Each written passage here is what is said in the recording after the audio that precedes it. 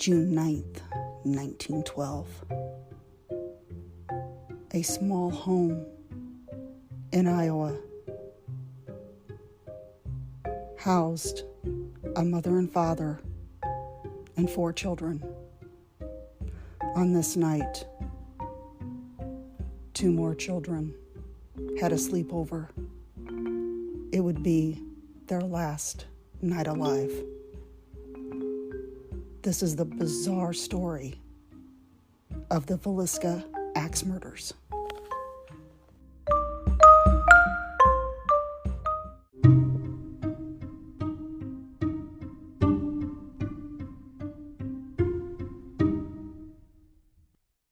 Good morning, everybody. Welcome to Kelly's Coffee and Crime Chat. This is Kelly, and I am back from being sick last week. Oh my gosh, and it's still hanging on, so I'm still on the mend. I'm still going to be probably clearing my throat or coughing here and there. It's been one bad week last week, but I am back, and episode 97. I just released episode 96 yesterday for Patreon and Spotify Premium, and now we are at episode 97. Now, there are a couple in here. Technically, we're like 90, yeah, about 95, just because there were a couple that I deleted from my podcast, and they weren't true crime. They were the movie ones I did, the Watch This, Not That, and I would compare 2 movies. I just deleted those because I only had 3, and I haven't been doing them lately. I haven't done them in a while, so I just deleted them. So, but it's amazing to be this close to 100 episodes. So, I am drinking Java Mama Coffeeps, and Coffeeps is a part of our Easter collection, which is like the Peeps coffee. And it is a nice marshmallow flavor with just a little bit of sugar flavor. So it's not overly sugary like Peeps are. Now, our coffee, of course, has no sugar in it, but it just has the flavor. And I add stevia and sweet cream. So it's already, I like to have my coffee sweetened, and it's still just a nice little sweet coffee that's good for Easter. It's got that little marshmallow flavor in it, and I really love it. It's one of my favorites, besides peanut butter egg, and I have not opened that one yet. Our chocolate peanut butter egg is my absolute favorite for Easter.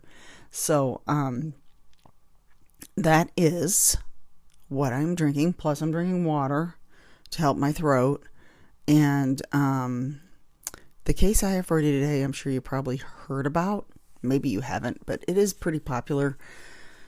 I just wanted to do it because it's one of those bizarre cases that is so strange. And I would like to get anybody's info or opinions on it. If you have any opinions on this one. This takes place in Iowa. Now, my sources are iowacoldcases.org, findagrave.com, Des Moines Register, and smithsonianmag.com. So this is the Villisca Axe Murders taking place in Villisca, Iowa. So if you look at a map, it's like southwest of Iowa, on that side of Iowa. Really, it's about over 5 hours from here where I'm at.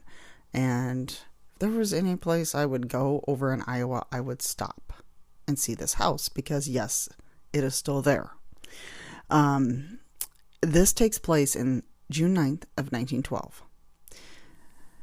J.J. Stillinger was a wealthy farmer, and he had 2 daughters, Lena and Ina. Lena was 12, Ina was 8. They were visiting the Moore family in Villisca, Iowa. Now, they had permission to stay overnight with their friends. Now, the Moore children, Herman 11, Catherine 10, Boyd 7, and the youngest Paul at 5 years old. They were the Moore children, and they all attended the Presbyterian Church on the evening of June 9th, 1912. They had like a Children's Day service, and Sarah Moore, their mother, was the director. They got up and did speeches, and they all, I'm not sure exactly what all it entailed, but it was a big event that took place on a Sunday evening. Their father was Joseph. He was 43. So the Moores had 4 children. So it was a family of 6. Excuse me. So that night, with the 2 house guests coming over, little Ina and Lena, it was 8 people in the house. So it was around 9:30 p.m. when the family walked 3 blocks home after church. Because that's when at the time everything was over with. And the house is it's a 2-story house.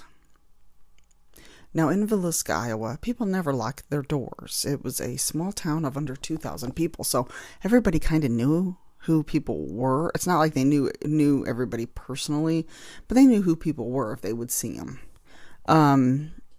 Sometime after midnight that night of June 9th, 1912, someone found Joe's axe in the backyard. I heard it was in the backyard, and then another source said it was in the barn or shed or outside the shed. Maybe that's where it was. But the person went into the house by the unlocked back door. So the door was unlocked. Like I said, this is a time when people just didn't lock their doors. They just never thought of it. It's very strange to think about that. But this person walked past one room with the axe. And that is where Lena and little Ina slept. They slept on the first floor. So this person walked past them, went upstairs. He went straight into Joe and Sarah's room, the parents. He brought the axe up, and as he brought the axe up, it actually hit the ceiling. It scuffed it or grazed it somehow. Gouged it, I think was the word that was used, which is totally different than just scuffing it, I guess. But it hit the ceiling, and then the axe came down on the back of Joe's head, crushing his skull. Then, after that, the axe went immediately to Sarah. Then the killer went into the bedroom next to theirs, where the 4 more children slept, and killed them. Then, before he left, he went back to Lena and Ina Stillinger and killed the sisters. Now, it's speculated that Lena that she woke up before she was killed. I don't know exactly why. Excuse me. But it is speculated that she woke up from evidence. Now, this maniac was not finished. He went back upstairs to continue to bash in the Moores' heads. I'm thinking he was trying to make him unrecognizable, but Joseph was hit 30 times. That's an estimate of 30 times. And it was to the point, again, of them not being recognizable. And this seems like overkill to me. People are going to know who they are. I mean, they lived in the house, you know. But the killer covered the victims' faces. Joe's with an undershirt and Sarah's with a dress. He hung cloth over the mirrors in the home, over the entire mirrors. And this is the strange thing. If it can get any stranger, a 2-pound slab of bacon in their fridge, and back then it was an ice box. They didn't really have, refrigerators at the time, but it was a 2-pound slab of bacon. He wrapped it in a towel and left it on the floor of the downstairs bedroom with a keychain. The keychain was not the Moores' keychain. I have no idea what this meant. This made no sense to me. That just makes no sense. He washed the blood off of his hands in a bowl of water, which he left there. And he left before 5 a.m. and locked the doors on his way out. Now, the time, they were able to figure out the times all this happened from an oil lamp. The killer had lit the oil lamp. The oil lamp was already in the home, at least from my understanding. And he left it at the top of the stairs before he left. The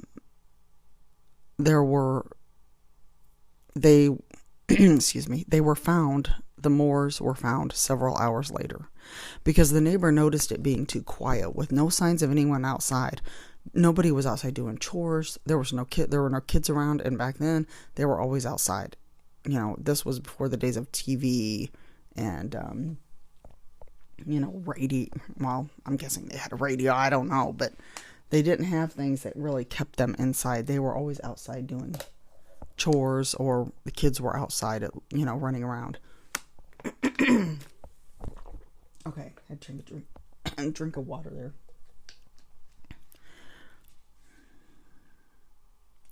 Now, Joseph's brother, Ross, came to the house. He was the one that was called to come and check on them.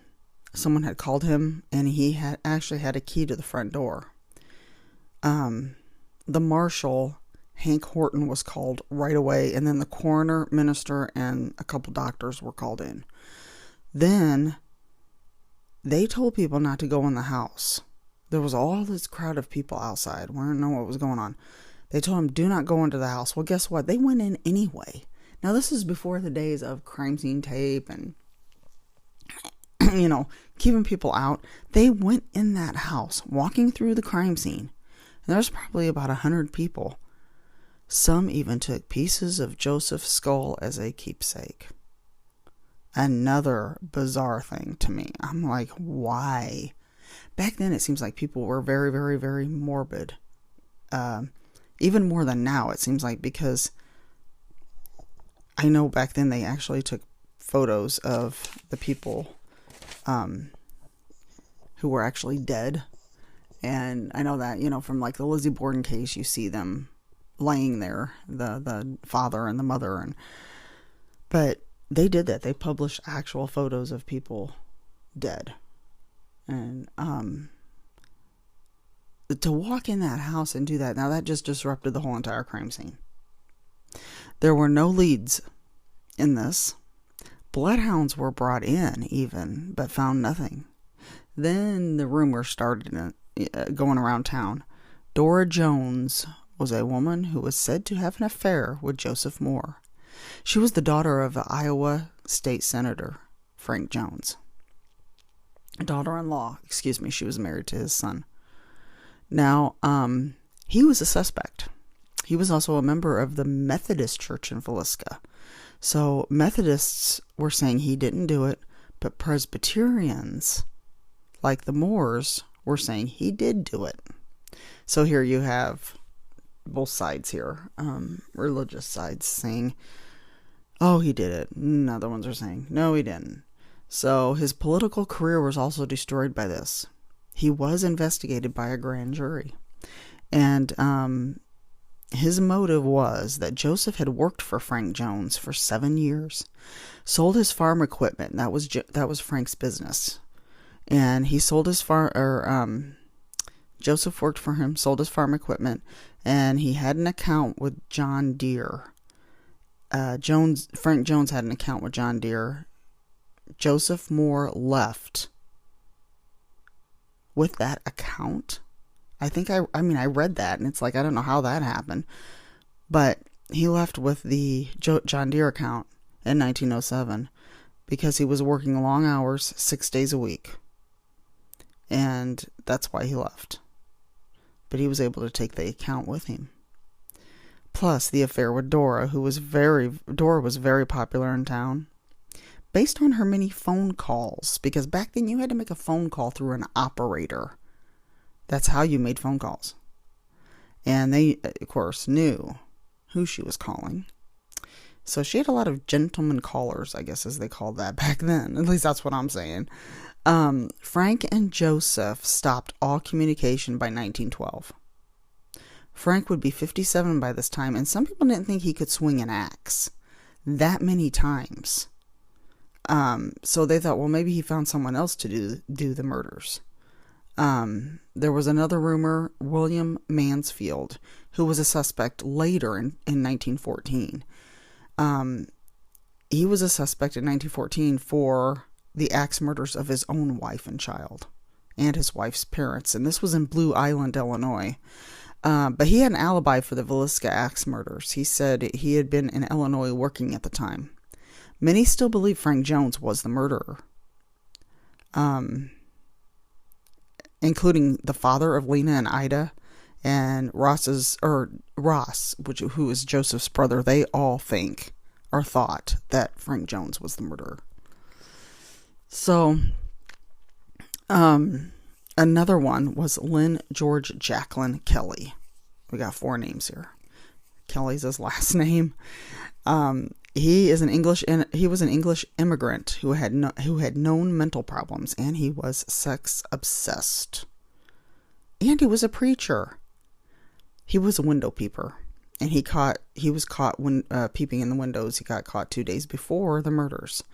Now, he left on a train before the family was found deceased, and he was left-handed, stood 5'2", and was 118 pounds, and the coroner found from the blood spatter evidence that a left-handed person would be swinging the axe in that manner.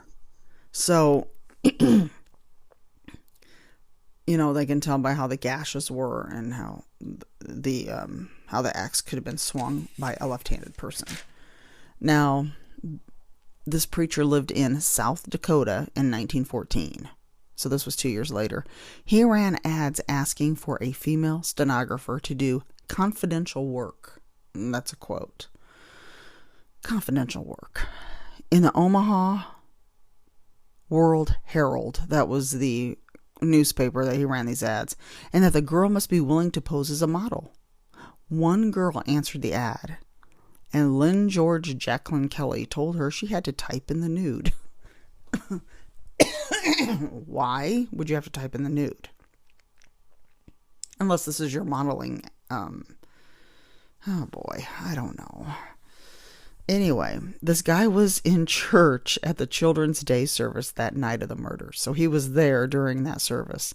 People thought he saw the family and became obsessed. The children, when they all had their speeches in the service, people thought that, well, he saw them and just became obsessed with them. Now, they're thinking that someone was waiting for the Moores to fall asleep that night because they found bales of hay in the barn, and it showed like imprints that someone had been sitting on them, where they could, and they were positioned where they could sit and watch the house. So they could sit on that hay, be pretty comfortable, and wait until the family went to sleep. There is a photo of the house and the barn, and I'm going to put that in my photo dump on Instagram and Facebook. So you'll see that, because I'm thinking that that is the exact same barn that's in the photo that's there now, that was there then, I'm thinking. But 1917. In 1917, a grand jury heard the evidence linking him to the murders. He sent bloody clothing to the laundry, for one thing. And an elderly couple met him on the train at 5:19 a.m. And this was the next day, 5:19 the next morning.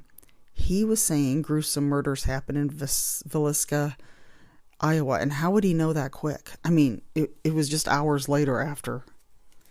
So that was another big thing. So he also returned to Villisca a week later and posed as a Scotland Yard detective so he could get inside the house. This is another weird thing. I think that a lot of people, from what I hear, many people who do this kind of thing, and when I say do this kind of thing, I mean commit the murder, they want to come back and watch, or go in and look, or see how close they are to finding the person responsible. So he did that. He was interrogated after his arrest in 1917 and signed a confession. Quote, "I killed the children upstairs first and the children downstairs last. I knew God wanted me to do it this way." That was the quote. He later took all of this back, of course. And the couple from the train that said that he told them about the murders in Villisca, they changed their story. I have no idea how that happened. The first grand jury was a hung jury, and from 11-1 in favor of refusing to indict him. So, and then a second one freed him. So he was not ever indicted in this murder, which really surprises me. In 1911 and 1912, many axe murderers happened in the Midwest, which led speculation of a serial killer. So this was another thing. As many as 10 cases were close to railway tracks. Many similarities. One in 1913 that happened in Colorado Springs. A family of 6 in 1911. 2 more in Monmouth, Illinois. But these were with a lead pipe. And then there were some in Kansas. One was 4 days before the family in Villisca. The suspect was Henry Lee Moore. He was thought to have done these murders, and his mother... He was thought to have done all of the murders they're talking about. I'm thinking that all of the murders through the... next to the railway tracks. And even his mother, Georgia Moore, and her... Now, the last name was Moore, which kind of struck me as funny, but... peculiar funny, I guess. But his mother, Georgia Moore, and her mother, Mary Wilson, were also victims. They were victims of Henry Lee Moore in Columbia, Missouri, in December of 1912. Now, Henry was already a convict and was out, and he had a big history of violence. Now, he was released actually before all of these murders happened. All of these string of murders around the Midwest happened. And many of the murders were similar to Villisca. Faces of victims were covered, the oil lamp with the chimney removed, and the bent wick, which is what happened with that oil lamp in the Villisca Axe Murders. I'm not sure about oil lamps, but they remove a chimney, and then he bent the wick to have a dim light in the house so that it wouldn't be obvious somebody was in the house, but he could still see. And there were 2 other murders that happened with, along with Villisca Axe Murders. And then there were other theories. There were the covering faces with mirrors. One murderer in Ellsworth, Kansas, had clothing covering their telephone. I'm going to have a photo of this telephone. It's an old-time phone, and it had face-like features. It had, like, the bells were the eyes, and the mic was the nose. It's the strangest thing. It's like, why? I guess the person thought that the face-like features of the phone freaked him out. And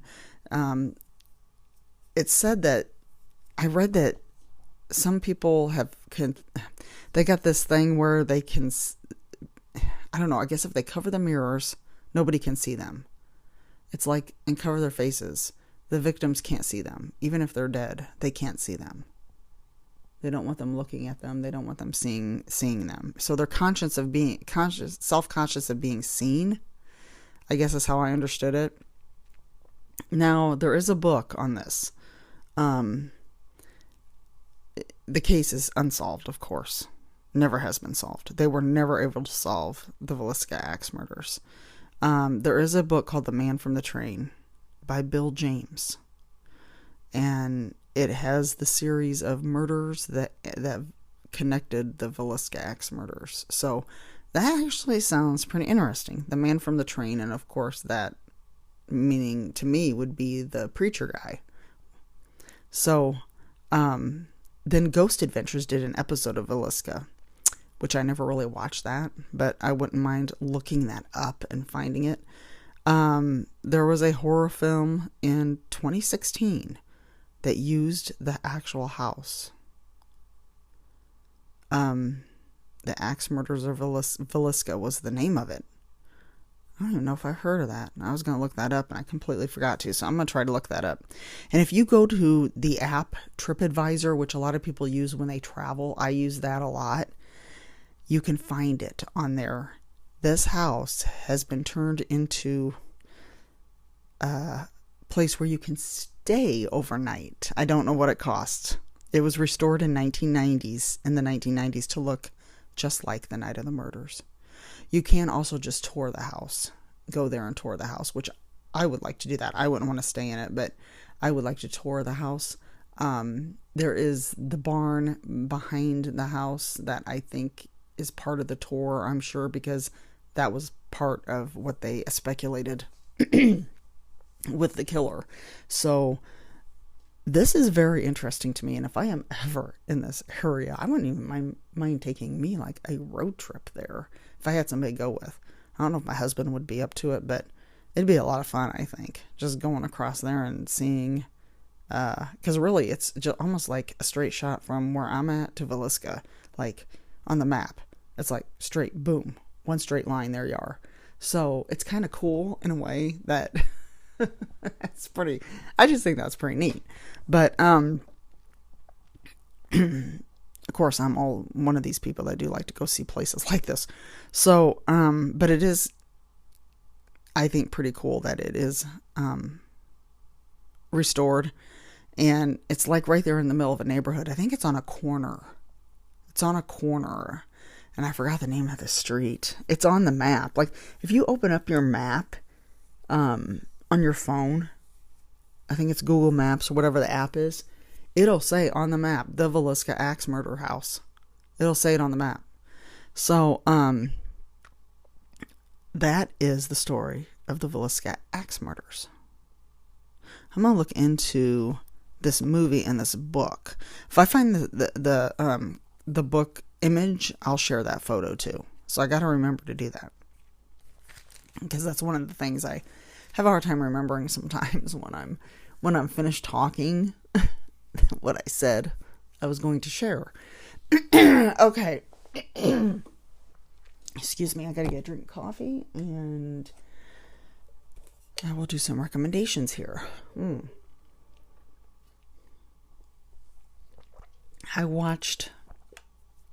While I'm sick, I gotta watch movies I can easily follow. So, and I said this on Patreon for my subscribers. I watched a movie with Emily Blunt, and it was called Pain Hustlers. I don't know if anyone's seen this, and I cannot remember if it was on Max or Hulu, but I think it was Max. I don't think it was Hulu or Peacock. I've been watching so many different channels while I was sick, and this is the one about the pharmaceutical company that sold or marketed the spray fentanyl for pain. And it's actually a pretty good movie. It's really interesting. And I might have to go back and watch it again, because when I'm sick, I don't focus because I'm so out of it with the coughing and in my head, and I'm laying back and I'm not really as focused. So I might have to go back and watch it again. But it really showed, I mean, it kind of gave me a little bit of Aaron Brockovich vibes in a way. It wasn't as good as Aaron Brockovich. It wasn't like Aaron Brockovich, but the vibe of the movie, and it is not the same director, which I questioned if it was the same director, but it's not. But she plays a single mother who is by herself living in a hotel, doesn't have much money at all, down and out, and then she doesn't even have a high school diploma, hooks up with Chris Evans, I think that's the actor's name, from Knives Out, and not hook up in a bad way. I mean, she meets him, and they end up, she actually worked as a dancer in a strip bar. That was her job. And she ended up getting on board with him and the pharmaceutical company to launch this drug. And she started making a lot of money, started moving into a better house for her kid. And then there were consequences on this drug. Many people were prosecuted for this. Again, I got to go back and watch it again. But it was a very good movie. So check that out. And if you do, let me know what you think. Or if you know more about that case. I never knew about it. I tried to watch, I'm going to go back to it, but I tried to watch Poor Things and the movie Poor Things and the movie, there was another movie I tried to watch. And I just could not focus. Oh, Everything All at Once, it's called. Something Everything All at Once. Jamie Lee Curtis is in it and does not even look like her. I'm like, I didn't realize it was her at first. I'm going to go back and watch it, but it was one of those that there were too many things happening so fast that I couldn't focus at all. It was one of those that's like, what in the world is going on here? So I'm going to go back and watch that one. And Poor Things had beautiful, beautiful visuals on the camera work. I like that because of the whole artistic way that it was done. But I was just not well, and I just could not focus. And I'm like, okay, I got to go on to something else. So a lot of times when I'm sick, I end up watching stuff I've already seen. Now, I did watch the Wonka movie, which I forgot to mention in Patreon. I did watch the Wonka movie. Another one I might have to watch again because for some reason I liked it. Love the music, love the visuals. I'm lost on... I'm like I said, I might have to go watch it again. But if anybody's seen that, like, how did he get the whole place? Like, all of a sudden it appeared and it was there. And it's like, how did he open this candy store place? And it wasn't a factory. I thought it was going to be the factory.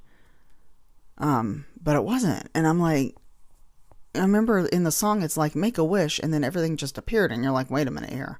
How does all this appear? But the one problem I had with Wonka, everybody in it, I didn't like except of course, Wonka and the little girl. And then maybe the people who were helping him. But there were so many bad guys in it.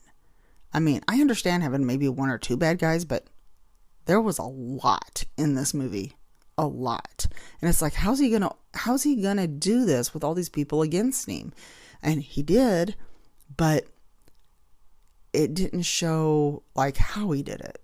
Like everything just appeared. I don't know, maybe because I wasn't focused very good. But if anybody can explain that to me, and maybe because it was just a fantasy type of movie, maybe, I don't know. But I love the music and love the visuals, and I might have to go back and watch it again. Because, like I said, with my other movies, that I might not have been focused. But, so yeah, I had a pretty long week laid up, and believe me, it was not fun. It sounds nice being laid up and watching movies, but it was not fun. I would have much rather been crafting. I would have much rather been podcasting. That keeps me going. And even cooking. I'm not a big fan of cooking, but it would have been nice to get up and kind of make something to eat. All I did was heat up soup, I did make myself a grilled cheese, and then my husband was there to help if I needed it. So I was able to get up and do some things, but I just couldn't stay up very long. So, and my appetite was not very good. I think I only ate one meal a day, and I don't think I lost any weight. If I did, it's probably coming back right now. So, but thank you everyone for your support, and I hope you're really enjoying the podcast. If there's anything else that, any other cases, suggestions for the Midwest, please let me know. I will look into those, and even if they're outside the Midwest, I will still read about them, and I could probably feature them. I feature those usually on Patreon, so that's what those are. Or even if they are a little bit outside the Midwest, I could feature them on my podcast. So, especially ones that really, really, really need attention. So, that's all for today. Everybody have a wonderful Tuesday and a wonderful week. And I will keep everybody updated on me, my health, what's going on. A lot of things are going on right now. And I hope to keep up the podcast weekly like I have been. And like I said, if anybody has any suggestions, send them my way. Or if you have any opinions on this case, what do you think happened? Or have you learned any more that I have not mentioned? Please let me know. and I will think about what to do next week. I've got a list of some things, but I do always welcome suggestions. So that is all for today. Everybody have a great safe and St. Patrick's Day, and have fun, be safe, and I will see you next time.